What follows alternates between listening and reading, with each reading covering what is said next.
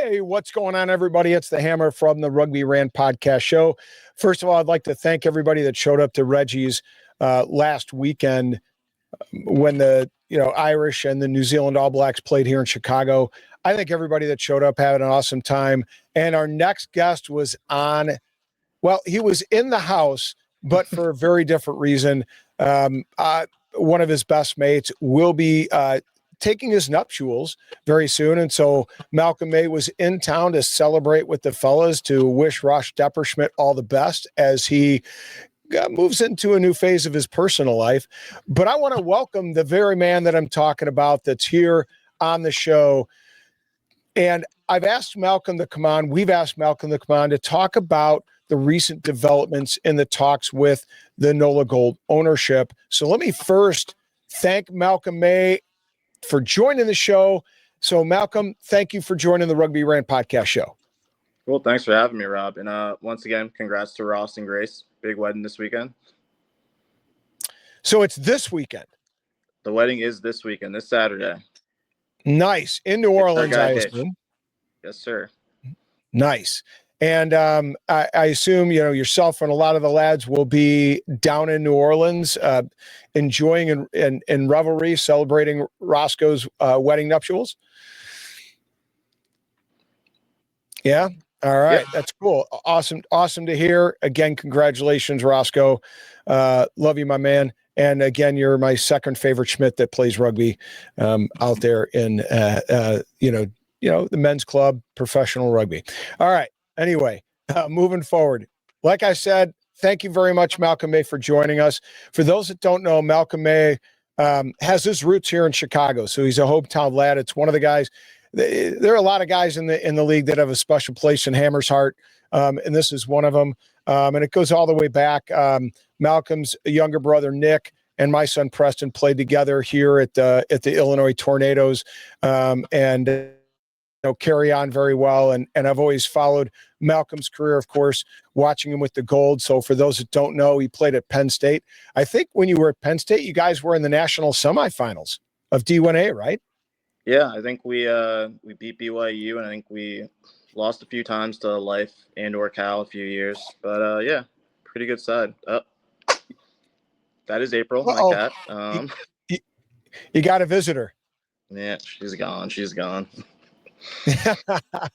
And if I'm not mistaken, that was that year that had the funky, they realigned after teams had, after the quarterfinals going to semifinals, they D1A realigned the finals for geographic reasons, if I'm not mistaken. Yeah, I think it ended up in, maybe it was Lindenwood or some other team had to go to the West Coast, maybe 3 games in a row or something. Yeah, it was crazy. But I do remember that year.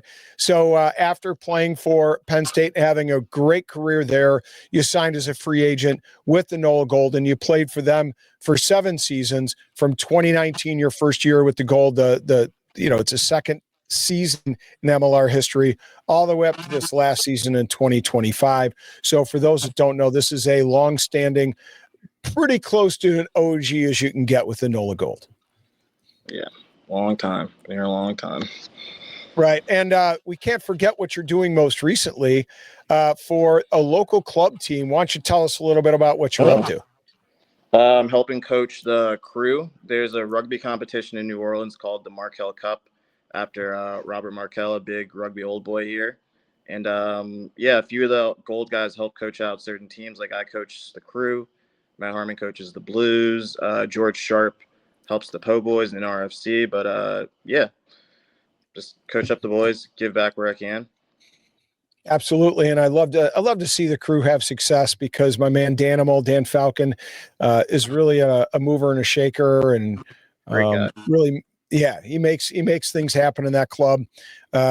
And that dude's always closing deals, man. The league needs to hire him to close deals and get some sponsorship, because I'm always seeing stuff for Rob's, heating and cooling, and what's the big donut shop you guys are sponsored by? I know you put me on the spot here, but I know which one you're talking about. Dan's good. Dan's a good man. Yeah, absolutely. Anyway, so Malcolm is coaching the Crew. Love those guys and love that Markel Cup. It's one of the great parts about club rugby is just that local championship, that every year it's going to be a dogfight, and the Crew were killing it for a couple of years, and now some teams have stepped up and really made it a phenomenal men's club competition. It's great to see. Yeah, we got a big playoff game against Baton Rouge Saturday. We just defeated, I think it's the Yotes, the newer team in the Markel Cup. I think Chase Jones coaches them. But a big playoff game this weekend. If you live in New Orleans, come out, support. 100%. Where's that going to be at, Malcolm? That one will be in Baton Rouge before the LSU game. So you can hit both. Nice. Well, that's a party, bro. That is a party. Looking forward to that. And by the way, speaking of this weekend, a lot of great things happening here in the Midwest, here in Chicago, not far from Malcolm's, the place he calls home, pretty close to the South Side, in Lamont. Clubs, the Midwest Rugby Championships will be happening. A lot of D3, D2, D1 men and women's, and of course, the premier division, the D1 men's. It's the Bombers versus the Lions. That's going to be an absolute Donnybrook. I'm looking forward to it. I'll be on the scene, of course, because when you have kids that play rugby, it's always fun to see them have more success than you did as a player. So I'm looking forward to this weekend. But nevertheless, let's talk about why we are here. I've invited Malcolm May to join us. He's making the rounds because for those that don't know, there's a bit of I think it's become a little bit of a battle that is on the border of a legal battle involving contracted pay that's owed to the no-go players that were contracted for 2 seasons. Malcolm is one of those players, and he's working with the union. So we're going to talk about that element. And as we get into it, folks, just so you know, I'm going to kind of talk about some events and dates as a way of setting up some questions, but also to help you as a viewer understand kind of the timeline of what's been going on with the NOLA Gold, what happened in the offseason all the way up to today. And I do want to not forewarn you, but at least let you know that, in some cases, Malcolm may not be able to answer all the questions because some of those questions are left up for the union to address. Obviously, if there's something that he can't answer, it's because he's leaving it up to the union and having the union work towards resolution. So first off, Malcolm, let's just open it up. You played for the NOLA Gold for 7 seasons, as you mentioned, from 2019 to 2025. I want to talk about this. How were you treated as a player when Tim Falcon was the majority owner and CEO? Man, I mean, I would honestly say like family. Honestly, it was a big family environment. Like I obviously I was a little homesick. Like didn't go back to Chicago when I was at Penn State. Didn't get a lot of chance to go back when I just got here. But I never felt alone. I felt supported by the community. Dan, Sheila, Tim, they all it felt like they took the players in. It was a big family environment. The boys were well taken care of. 100%. It's kind of funny because for those that don't know, Doc Ire, longstanding member of the Gold. I mean, he's not only looks like a physical rock, but he's a rock in that rugby community. But Doc, when he was still in the service, when he'd come back to New Orleans, his first stop was literally at Dan and Sheila Falcons. I've witnessed it firsthand, and that's the kind of family environment that Malcolm's talking about. I still think Junior Tungawea, Moni's brother, calls Sheila Aunt Sheila, which is cool. So. Yeah, it's awesome to see. So again, for folks that don't know, let me fill in some gaps. In early 2024, in the early spring, almost coming out of winter, Tim Falcon, the majority owner, was looking to sell shares and raise capital for the NOLA Gold. And I think a big part of that was, keeping up with the big boys in the MLR was a challenge financially. Tim is a very successful attorney, but with the likes of Adam Gilchrist and some of the other individuals coming into the league, it was pretty tough to keep up. So Tim sold his majority share to InterValley LLC. And again, this was seen as a lifeline for the Gold financially. So Malcolm, How would you describe the interactions with members of Intervali and the French ownership that took over the majority shares of the Nola Gold? I would say, like, obviously, like, whenever a team's going through financial troubles, you're thankful to get that lifeline. But I mean, on a personal level, it's a bit disconnected from the players and even the staff they employed. Just very, and you can kind of tell when someone cares about what's going on and like what you're doing, and when it's about, you know, dollar bills or dollar signs. But I'd say a bit disconnected. Gotcha. Okay. Well, I know we'll talk about it in a couple of minutes, but I know one of the things when I talked with Ryan Fitz that, you know, and every time I'd call him or reach out, the man was, you know, on the way to airport to pick up a player or going to pick up some furniture or help, you know, a guy set up and get themselves situated or moved in so that they could feel more comfortable in the city. And I think that really captivates what you're talking about under, you know, kind of the original ownership regime. Yeah, and, you know, I mean, like, I do understand the players. It is a business, but, you know, it's that sort of culture stuff that Fitz did that builds teams and builds cultures and keeps teams tight. Absolutely. Now, one thing that did shift and change, and tell me if I'm wrong here, but one of the things I noticed is, you know, from that zoomed out position that I am here in Chicago, the marketing seemed to get a huge boost after Intervali moved in. I mean, it seemed like you guys were doing a lot of photo sessions, a lot of video sessions. There was a lot of great social media that was coming out of New Orleans once Intervali stepped in. Did the boys feel a shift in operations under this new ownership? I would say, yeah, I'd say the media staff and like the sales team definitely upped their game a bit.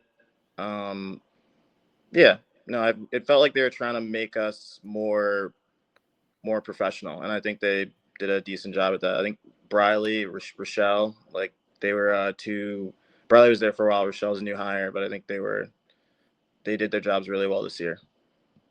Yeah. Yeah, it definitely showed from all those people who are fans who are watching from afar. So for those that don't know, there was a restructuring of the administration in May of 2024 and the Gold's first ever playoff appearance in June. But not too long after that, the Gold reassigned GM Ryan Fitzgerald to be the community relations officer. I'm curious, did this move have an impact on the players and on the organization?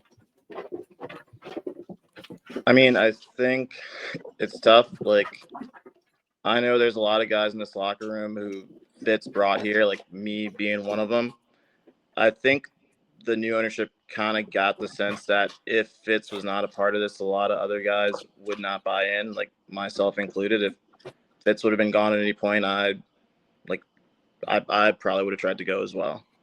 So I think the fact that they at least got him a different job and he was here still supporting the boys kept a lot of boys from, you know, getting too up in arms about it. But there definitely was a shift in how things were run. Yeah, and it seems like there was a palpable sense of something else in the works at that time too. It seemed like. Yeah. Okay. So a comprehensive review was announced in June 10th, right at the conclusion of the season. That was in 2025, and this was kind of the first sign for many fans that showed concern. And I'll put up an image here for folks that had not seen this. But CEO Alex Momont raised eyebrows when he said, and I'll put it up here. He talked about some of the achievements that the NOLA Gold made. It's here. NOLA Gold Rugby extends its heartfelt thanks to everyone who stood by us throughout the year, to our partners, fans, players, coach, staff, and volunteers. Your unwavering dedication, effort, resilience has been the backbone of the club. And we are grateful to the broader rugby community across New Orleans and the Gulf Coast. Okay, so he talks about presented challenges and things of that nature, but this goes on. And he says here at the top, meanwhile, our long-term vision for permanent home for the NOLA Gold continues to advance, and we look forward to sharing significant updates soon. So I guess my question for you, Malcolm, is collectively, what were the conversations happening amongst the lads and the team when this news broke of, you know, the the long-term vision, the permanent home, thanking fans, all that stuff. Because, and sorry, fans, but as I read this, and as some other fans, especially NOLA fans living in New Orleans, read this, one commenter said, "Looks like it's the end of the road." So, is that what were the lads saying in the locker room? I think at that point, like, you got to think we were one of the long-standing teams. Like, we've heard murmurs before, and at that point, we still, like, that's something that we would just kind of brush off. Like, we had heard murmurs that we were moving stadiums, so in our minds, that's all we kind of thought it was. Like, oh, we're moving stadiums. It's not really something we necessarily got worried about or paid too much attention to when that message went out. Yeah, and for fans that don't know, that was a reality. I think the lease at the gold mine has expired. I think for a lot of reasons, the management, the ownership, including Tim Falcon, had some concerns about staying there. And they were looking at, for example, Tad Gormley, but Gormley was going to present its own challenges, at least in the short term. So for a lot of fans who were there, and Dan Falcon and Sheila Falcon are one of them. And for players, this was more of a sign of there's going to be some shift and some changes, but it wasn't a big worry at the time. That pretty much accurate? Yeah. Okay. All right, cool. So, all right. So ultimately then we get to kind of where this conversation is really heating up, if you will. Here's the statement. On July 31st, the Gold released a statement saying that the NOLA Gold informed the league that we do not intend to participate in the 2026 season. Discussions are ongoing with the league regarding future opportunities and potential pathway forward. So, had the ownership contacted players prior to the breaking of that news piece that we see here? Yes, I believe we had maybe a 20, maybe even like actually 10-minute Zoom meeting like a few days before. And then before that, we essentially just got a WhatsApp, check your email. There's a Zoom meeting tomorrow morning. Be there if you can. Okay. Can you talk at all about those meetings or what was involved there? It was all the boys it was only all of the boys who were signed on to next year. None of the boys who were like, this was the last year in their contract, they were going to try to sign for next year. It was only the guys who were signed for the 2026 season invited to the Zoom. And then it was Nikola, the GM, and then Alex Mamont, the president, who essentially just 10 minutes, hey, this is pretty much done. You'll get a severance offer in the mail or in your email. Okay. So, for example, fans, like a guy like Cam Dolan, who had announced his retirement, he wouldn't have been in there for obvious reasons. He's retiring. He wasn't contracted for 2026. But for players like yourself, players like Ross Depperschmidt, players like Kellen Bachar, those are the guys that were contracted for 2026 and were in on that Zoom call. So I got to ask at this point, Malcolm, at what point did the players receive a compensation offer from the new ownership? I think so. So how it went was, so during our contracts, there's obviously this past season, the 2025 season. Some guys' contracts start and end in December, some a little bit earlier. Mm-hmm. So at this point, we were kind of concerned if we're going to be paid out for this year. Like paid like what we have already played and done all the games, like paid what we wrote for this year. So That was up in the air for like a week or so, but they did that. And then we got a severance offer for those who were contracted for next year. That came, I think, like the next day after we folded. It was essentially a severance offer of 1 month's pay. 1 month's pay. So I have to ask. I mean, for many people, they would say, look, if you have a job, you're not a rugby player, you're a dude contracted to work sales or whatever have you, and you're going to be let go, or a business is going to declare bankruptcy and they offer you a severance. Some people are going to look at that and say, hey, the severance is a fair opportunity for the business to at least, take care of the employee. Why is it that, in your opinion, and the opinion of your fellow players that those contracted for 2026 are owed more than what that 1 month severance offer was made? So in our contracts, we have full buyout clauses. So if we're to cease like working, like they have to fully buy us out, which they just kind of brushed by the wayside. And then even on a more realistic standpoint, like we get it, a team's folding, but you bought all these guys here from different parts of the country. They've moved their families. Like you've got guys with their kids starting school. You've got like I've signed a long 12-month lease. Like other guys that just have a lot of stuff going on that they're here in this city to play rugby. 1 month is not a fair compensation for like, especially with our like we fulfilled our part of the contract and they in a way aren't fulfilling theirs. So if we fulfilled our part of the contract, we should at least be negotiated with fairly. Gotcha. Okay. So you're kind of answering it already, but why did the players attempt to get a better compensation package than what was offered? I mean, whether you talk about your situation and the challenges you mentioned, a lease that you had signed a 12-month lease, what were some of the other challenges that players have that were supposed to get paid for 2026 and now are not going to get paid for that compensation for that contracted year? Yeah, I would even just say, even guys who were like, okay, well, it's done. Like, I want to leave. Like, it costs money to move someplace different, but mostly just moving stuff like work, family, school. A lot of reasons. Okay. A lot of reasons. All right. So have talks surrounding these attempts been optimistic, at least after that initial compensation offer? I would say they've been non-existent. They've kind of just gone completely ghost on us. So they sent, I mean, I got to ask this, have they sent you guys checks or, they made the offer of compensation? Kind of what's the next step, if you will, or what would have been the next step?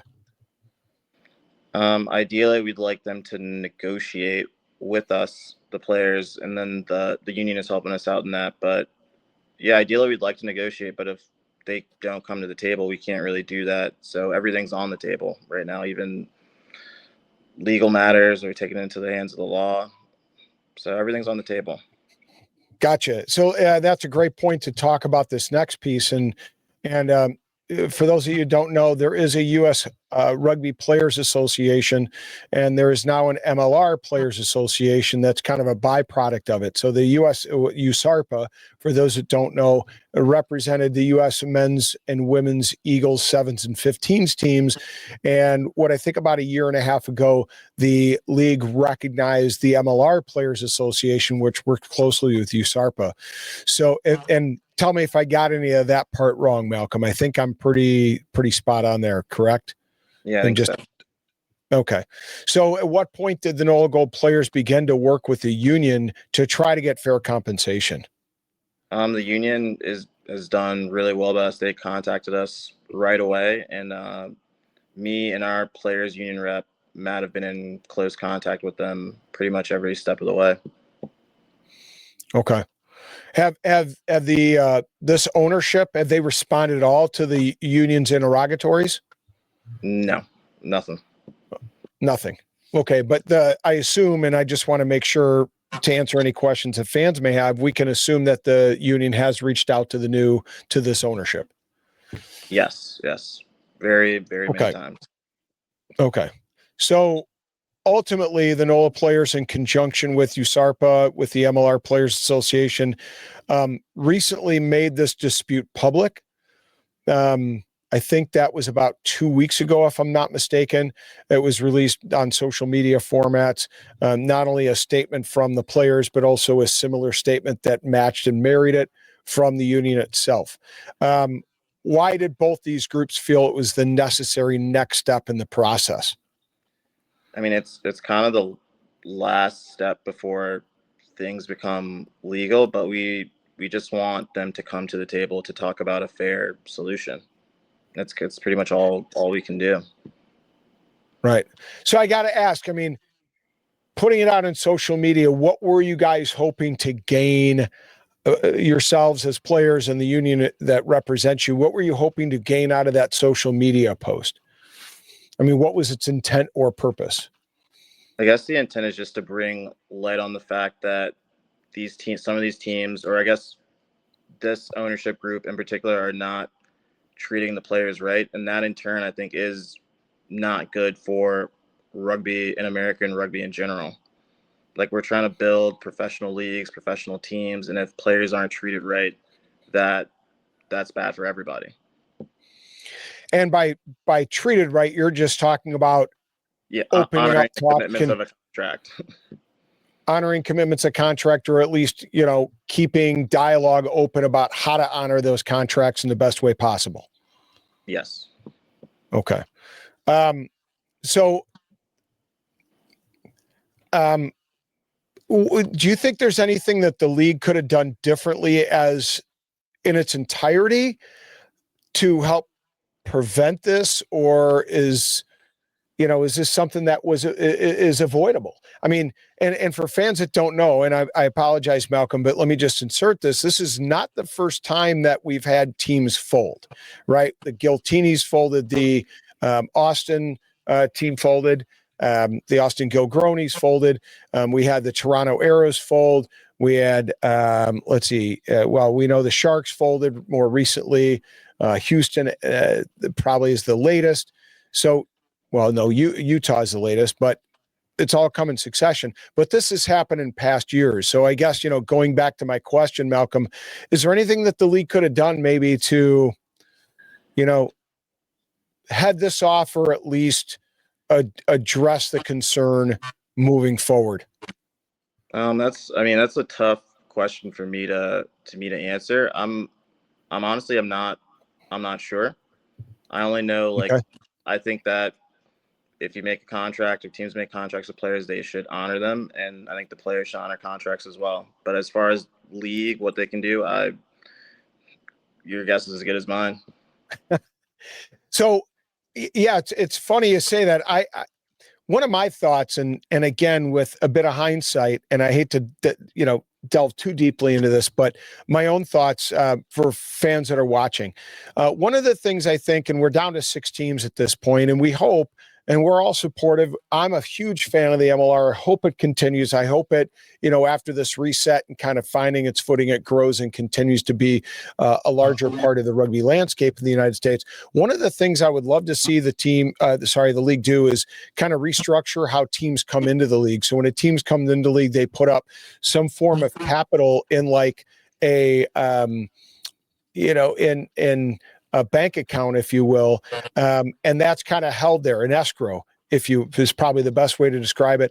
And if a team, each year that a team sticks around and meets markers about development and youth development and maybe an academy system, which the league has been keeping track of, each year that it does that, they get money back based upon meeting those metrics. So they get some of their investment that's in escrow back in return to them. But if they fold, then that money is kept. And that would be, in essence, the place where you would draw from to pay players fair compensation that has been negotiated under contract. And so I guess it's not fair for me to ask Malcolm that question.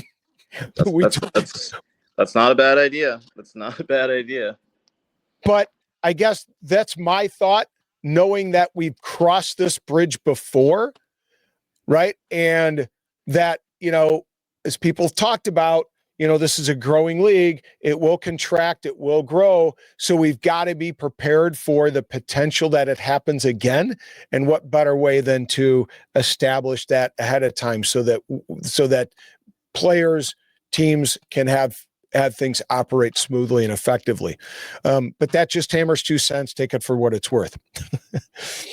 All right. So let's talk about this more specifically. We talked about some of your teammates. We've talked about unfortunately, the fans of New Orleans who, are feeling a big loss. I've talked to many of them recently, obviously very close to Dan and Sheila, who are pillars of the community and are really going to feel the loss of having the gold there on a regular basis in the spring. But let's talk about you real quick. How is your situation? This situation affected your plans for next season? And I got to ask, are you exploring opportunities elsewhere? I mean, I would say I don't think it's affected my plans for next season per se. It's affected my life a bit, but I will be playing next year. In the MLR? Yes, in the MLR. Okay. All right, folks. I won't go too deeply on it. I won't press Malcolm here.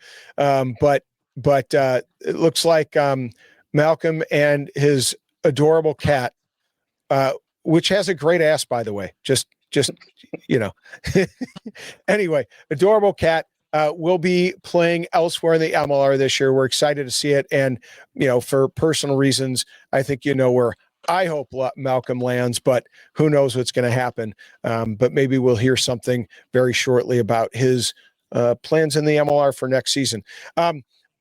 So last couple questions as we close this out. And again, I want to thank you for your time. I sincerely appreciate it. I know you're one of those vocal lads that is really concerned and wanting to make sure that lads get their fair compensation. What would you say to younger players that are entering the league? The MLR has made a pretty clear statement that they want more USA Foundation, more USA players. They've made a commitment to that with, the Canadians being redefined as foreign players with, a reduction from 10 to 7 foreign players on a game day roster. It's clear that they want young lads coming out of American college to be able to play in the league. What would you say to younger players entering the league about protecting themselves contractually? Yeah, I would tell them specifically to talk and have a rapport with the older players. I think that a lot of what I've learned in the league, I've learned from vets like Eric Howard, Kyle Bailey. Like, talk to the older guys in your team. Don't be afraid to ask questions, and just don't go into anything blind. Okay. Now, let me ask you this. You were there before the union, much before the union. Hell, you were there before there was even a college draft. I mean, you and Feeksy were signed as free agents. So even before, and your buddy from Penn State, a good friend of the Rugby Rant, Robert Remiscu, hope he's doing well over in Romania. But, you guys signed as free agents, but you've also now seen the players have a representation, have a union be established. Like, what does I guess my question is about the union. Has the union been a beneficial part of players and players' lives and helping, players move forward in just in terms of fair compensation and wages? Absolutely. In terms of fair compensation, like in terms of just skill building, like helping guys like find jobs, like they've been great. It's the weird thing is we've been kind of in NOLA, we've been kind of spoiled back when, Tim Falcon was our owner. We never really had to think about whether we're going to be taken care of well, and because we just were. But especially now, like the union's been great for us. Yeah, it's kind of so. I mean, when Tim was a principal owner, Fitz and Tim and other people in the rugby community really looked for players to get opportunities in the offseason and find, like what you're doing with the crew. And you talked about some of the other players that are coaching and, still developing their skill set beyond, their playing years. That was something that was done. And now the unions had to take some of that responsibility. Yep. Okay, cool. Well, Malcolm, anything in closing that, you want to say that maybe we haven't covered about this process? Anything you want to tell the fans about, what's coming in 2026 or, what they can do to help support the league and help rugby grow in America? I guess just to the NOLA fans, just let them know how much we appreciate you guys. Like every single year I've been here, the fan base has grown and grown and grown. And we felt the support on the field and off the field, and you made this place feel like home for a lot of the guys. So just thank you to the NOLA fans. And then as far as growing the game, just join your local rugby club, support your local rugby club, go see a game whenever you can. Yeah, I'd like to echo two things there. The first is, I know that there was a thank you that players were invited to with fans. It was at a bar, and I had it written down. I forgot to bring that note with me, but uh, I assume that there was a lot of opportunity to console one another and to celebrate one another, and appreciate that symbiotic relationship that in the MLR that fans have with players and players with fans. Yep, definitely. It was a good night. Did a little karaoke. Yeah. Fun time. Nice. What's your go-to song, by the way? Overkill by Men at Work. Oh, nice. I like that. There's a lot of men at work and like down under type songs that we're playing in the Gold Locker Room. I think I've heard of a few other That's that men at Nate work songs. Osborne effect. That Australian Yeah. effect. His spirit lived on. His spirit lived on. That's awesome. The other thing I'd like to echo, and this is something Malcolm touched upon, folks, if we're going to be ready for 2031, it's going to take yeoman's work, but it's going to take everybody's effort. And even if you haven't played rugby, but you love this sport, you love the game, you love the personalities, guys like Malcolm May, and I know there's a lot of Chicago fans up here that really love yourself some Luke White, love yourself some Julian Dominguez, love yourself some Noah Brown, some Peyton Wall. Even if you haven't played, there are a lot of clubs out there that need administration work, that need a social media campaign, that need somebody to go out and help them raise sponsorship dollars, that need to, get jerseys designed and help run the kit and merchandising and things like that. And so lend your professional acumen to your local rugby club. Even better yet, to your local youth rugby club. If we're going to be successful in 7 years' time, it's going to take an effort from youth rugby on up. And that's something that Malcolm's doing as a coach, helping support men's club rugby there, but it's something you can do too. And again, there are opportunities, a playoff match down there for the Markel Cup between, was it, you said between the Crew and the Coyotes? No, Baton Rouge.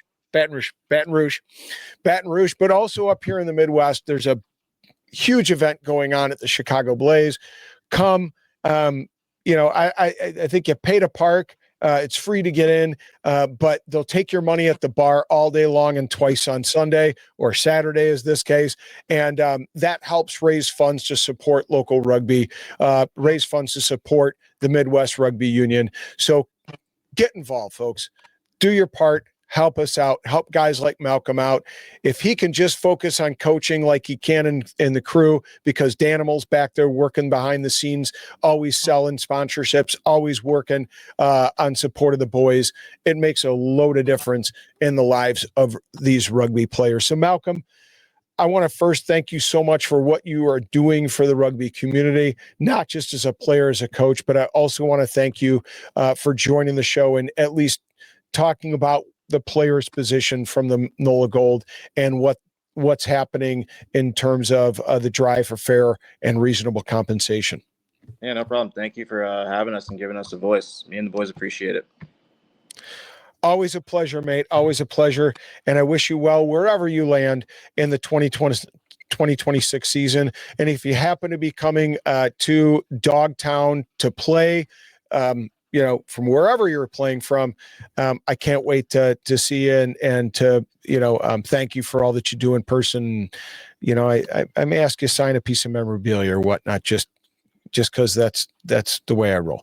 So anyway, thanks again, mate. I appreciate it. Folks, just to let you know, we're going to continue the conversations with folks in the league. I've got a personal series that will be starting up here in December, and that's where I'm going to get together with all the GMs, with all this turmoil, with all the change, with the shift in the focus of the league. I want to talk to GMs and get some perspective on how they've had to adapt and adjust in their job to, making their rosters and shaping their rosters as we have now contracted to 6 teams, but also as we see foreign players redefined, Canadians being foreign players, smaller numbers of foreign players on game day rosters. How are they negotiating and managing these new adjustments to the league? Because it is a challenge, but I think a lot of fans are curious to see the different takes and approaches that these GMs have. So join me. I've got him on the docket. I've got him in, locked and loaded, ready to go. Will Maggie's going to be joining us. TK, Tom Kindley from New England. Got them all locked and loaded. So join us in the Rugby Rant as we approach the 2026. Malcolm, thank you so much for joining us. Good luck to whichever club you're joining. And again, it'll be great to catch up with you if you find yourself back in Dogtown. Thanks again, fans. And keep coming back to the Rugby Rant, where we aim to grow rugby one fan at a time. Cheers. Cool.